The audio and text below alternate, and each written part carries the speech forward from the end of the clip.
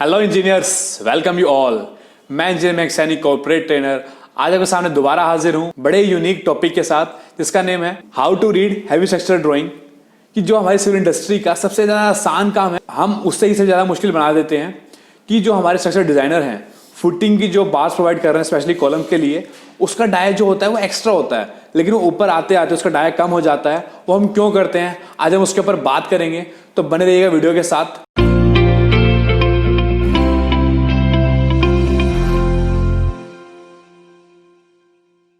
आइए मैं आपको ले चलता हूं स्क्रीन के ऊपर कि जो मैंने ड्राइंग के बारे में बताऊंगा आपको, इसका टोटल एरिया कितना है।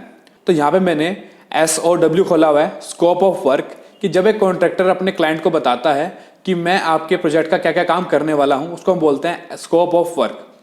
तो इसके अंदर काफ़ी डिटेल दी गई हैं, लेकिन मैं सिर्फ आपको फ्लोर एरिया दिखा रहा हूँ कि कितना एरिया टोटल कवर कर रहा है। अब बेसमेंट की बात करता हूँ तो बेसमेंट का जो मेरा एरिया है 9550 मेरा स्क्वायर फीट मेरा बेसमेंट का एरिया है। उसका ग्राउंड फ्लोर कवर्ड एरिया की बात करूं तो मेरा 8243 मेरा ग्राउंड फ्लोर का एरिया है। अभी फर्स्ट फ्लोर पे आप देखेंगे तो इसका फर्स्ट फ्लोर का एरिया है 7915 स्क्वायर फीट मेरा फर्स्ट फ्लोर का एरिया है। And first floor to fifth floor तक सेम एरिया चल रहा है 7915। लेकिन जो टॉप पे आए तो मेरा टोटल एरिया जो है वो कम हो गया। जो बात करें टॉप फ्लोर की तो 6th फ्लोर। अब मैं टोटल एरिया की बात करूं तो मेरा टोटल एरिया बन रहा है 61,000।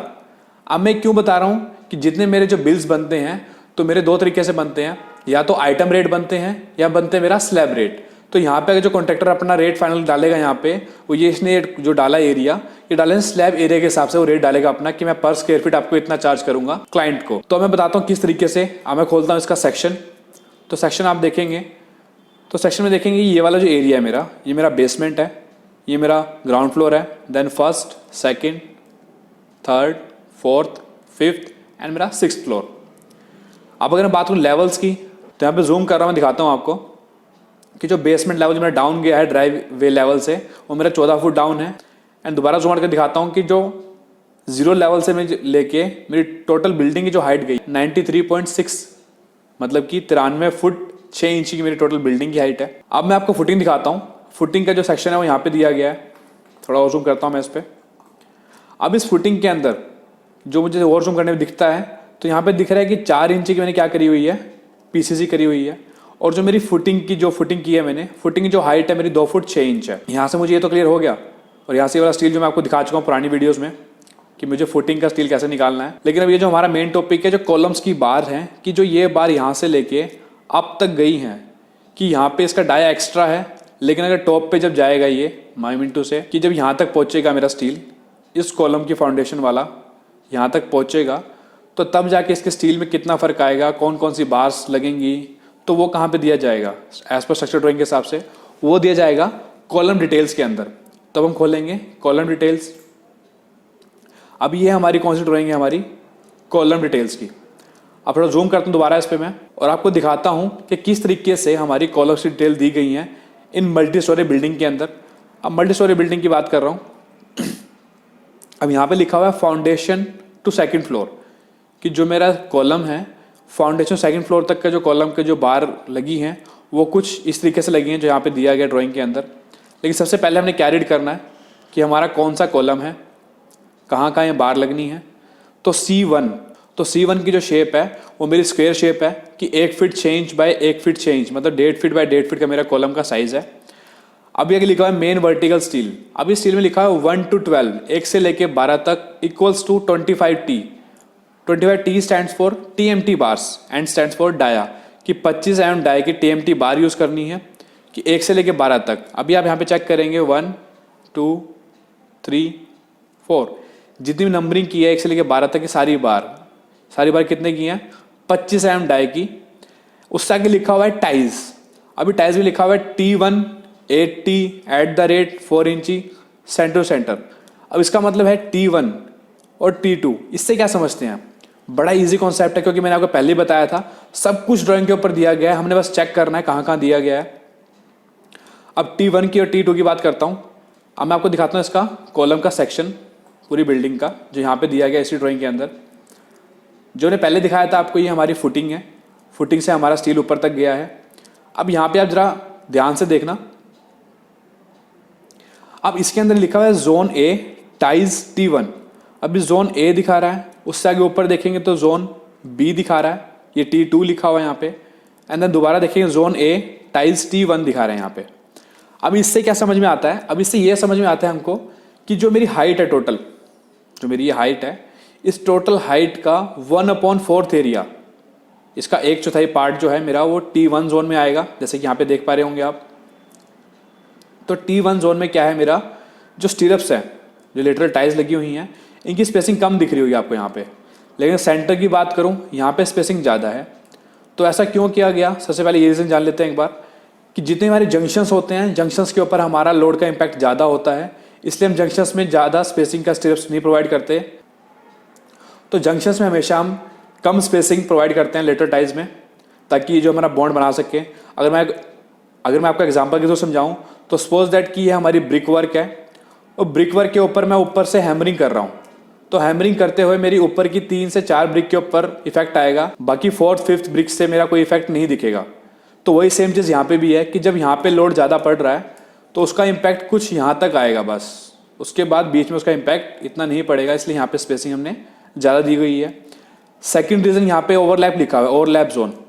अब इस ओवरलैप जोन के अंदर क्या दिखा रहा है ये, कि यहाँ पे हम लैपिंग प्रोवाइड कर सकते हैं अपनी, इस एरिया में हम लैपिंग प्रोवाइड करेंगे। जैसे मैंने बताया आपको यहाँ पे इम्पैक्ट ज़्यादा नहीं है, तो हम लैप प्रोवाइड करेंगे कि जो मेरी बार्स है उसको यहाँ तक कट किया था हमने, उसका दोबारा इसको कंटिन्यू करना है हमने, तो यहाँ पे हम लैप देंगे। अगर मैं इसको और जूम करूँ तो यहाँ पे आपको एक कट दिख रहा होगा बिल्कुल यहाँ पे। तो ये क्या है, हमारे यहाँ पे जैगल किया गया है, ओवरलैपिंग करी गई है बार्स को कनेक्ट करने के लिए। तो मेनली फंडा था हमारा ये T1 और T2 को चेक करने का कि T1 में स्पेसिंग कितनी गई है और T2 में स्पेसिंग कितनी गई है। अब T2 हमारा यहीं से क्लियर हो रहा है कि हमारा h/2 का एरिया, मतलब जो हमारी टोटल लेंथ है हमारी first floor to second floor के बीच में जो डिस्टेंस है, उसमें जो उस डिस्टेंस का टोटली हाफ एरिया हमारा क्या रहेगा, T2 जोन रहेगा। एंड T1 जोन कौन से रहेंगे हमारे, डिस्टेंस अपॉन 4th, कि टोटल डिस्टेंस का 1/4 हिस्सा हमारा T1 का हिस्सा रहेगा। अब चलते हैं दोबारा उस कॉलम की तरफ। अब यहाँ से हम क्या क्लियर कर रहे हैं कि T1 जोन पता लग जाए हमें। अभी 8T मतलब कि 8 mm डाया की TMT बार यूज़ करनी है एट द रेट 4 इंची सेंटर टू सेंटर, कि उसमें जो स्पेसिंग है वो 4 इंची रहनी चाहिए। जो मैं लेटर टाइज यूज़ कर रहा हूँ उसमें 8 mm का डाई यूज़ करना है, और 3 सेट। अब ये 3 सेट यहाँ पे लिखा हुआ है, और हमें यहाँ से भी क्लियर होता है कि अगर आप यहाँ पे देखेंगे ध्यान से तो 1 2 3 यहाँ पे 3 तरह के आपको हुक्स दिख रहे हैं, 1 2 3। तो इससे यहाँ पे क्लियर हो गया कि मेरा 6 LGST का मेरे स्टीरप्स लगे हैं। अब मैं दिखाता हूँ उसका एलोंगेशन कैसे किया गया है, मैं ड्रॉ करके दिखाता हूँ आपको। अगर मैं फर्स्ट वाला स्टीरप की बात करूँ तो ये मेरा गया पूरा आउटर टू आउटर तक, कुछ इस तरीके से। अभी अगर सेकंड स्टीरप की बात करूँ तो उसका एलोंगेशन सेंटर टू सेंटर हुआ है, कुछ इस तरीके से। एंड अगर थर्ड वन की बात करूँ तो इसका एलोंगेशन कुछ इस तरीके से हुआ है, सेंटर टू सेंटर। तो यहाँ पे क्या हुआ कि 3 तरह के स्ट्रिप लगे हैं जिसको हम बोलते हैं 6 LGST। मैं इसको इरेज कर देता हूँ।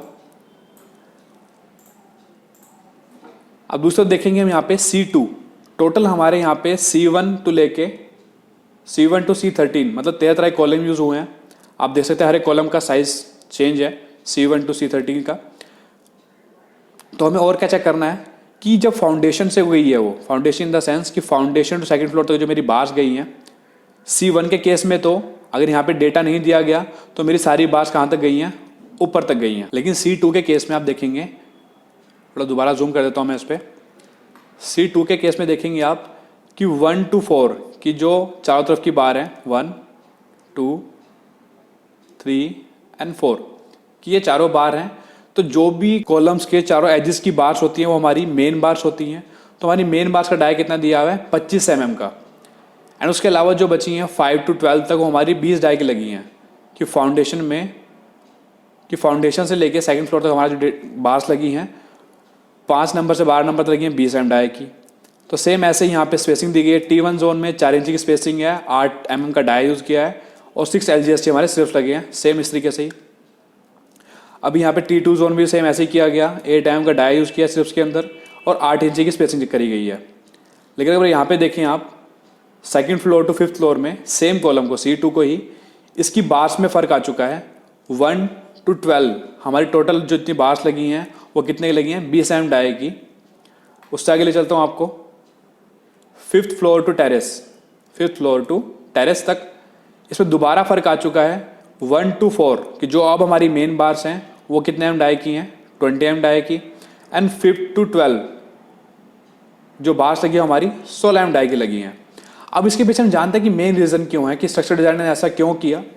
तो मेनली इसलिए होता है कि हमारे जो स्ट्रक्चर है उसका जो डेड लोड है वो ज़्यादा ना हो, इसलिए हम स्टोव बार्स को डिवाइड करते हैं। अब मैं आपको और बार्स दिखाता हूँ कि जो हमारा ये सबसे बड़ा कॉलम यही है C5 जो आप देख पा रहे हैं यहाँ पे। जो कॉलम की विड्थ है 1 feet 6 inch, 1 foot 6 inch by 4 foot 10.5 inch दी गई है यहाँ पे।